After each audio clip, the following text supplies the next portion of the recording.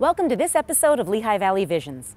Today we're taking in the sights and sounds of the historic borough of Nazareth, located between Bethlehem and Easton.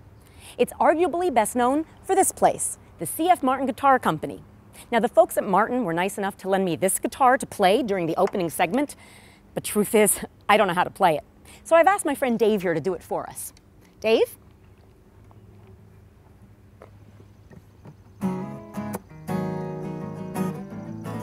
The name Martin Guitar has been synonymous with world-famous, handcrafted acoustic guitars for more than 175 years.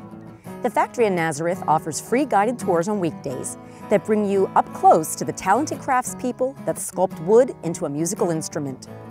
After the tour, the Martin Museum will tell you everything you want to know about the company's history, the models it has made, and the famous musicians that play them. Before you head out, stop in the Pick and Parlor and try out a few of their instruments yourself. I love the sound of that guitar. Thanks so much, Dave. When it comes to the founding of Nazareth, look no further than the Whitfield House and the log cabin structure next door. The Reverend George Whitfield was a landowner who in 1740 hired Moravian settlers to help him build a school. But due to weather delays, the school wasn't going to be done in time for the winter. So they built this structure, a log cabin instead, known today as Gray Cottage. Over the years, Gray Cottage has been both a school and a residence, and it remains a private residence today. Whitfield House was eventually finished in 1743 and has since been everything from a Moravian school for girls to apartments, before finally becoming a museum run by the Moravian Historical Society.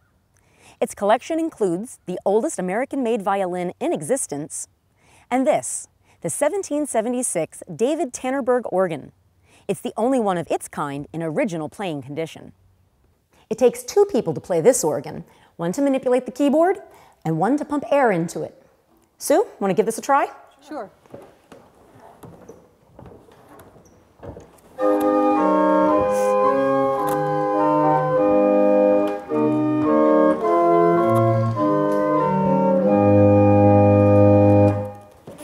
I think the sound of this organ gives that Martin guitar a run for its money. It's really nice. Thanks so much. At the site of the Moravians' first cemetery, known as God's Acre, stands the Indian Tower. It sits at the highest point in the borough and originally was a summer pavilion, which was later torn down and rebuilt in 1916 as the structure you see today. While many people mistakenly think that it was constructed by settlers as a lookout for hostile Indians, it actually takes its name from the Indians buried in the cemetery that it overlooks. A marble marker dedicated by the Moravian Historical Society in 1867 is inscribed with the names of the 67 Moravians and 4 Indians which are buried here. The panoramic view of the tower is impressive, or so I'm told.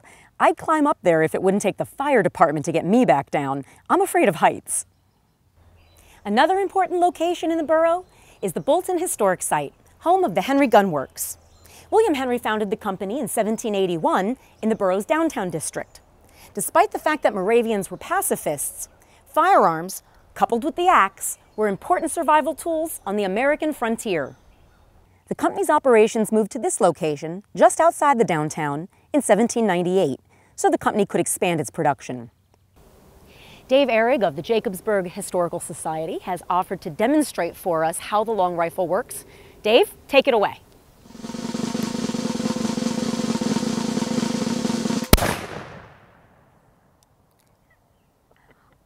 Dave, I think I like the sound of the guitar a lot better.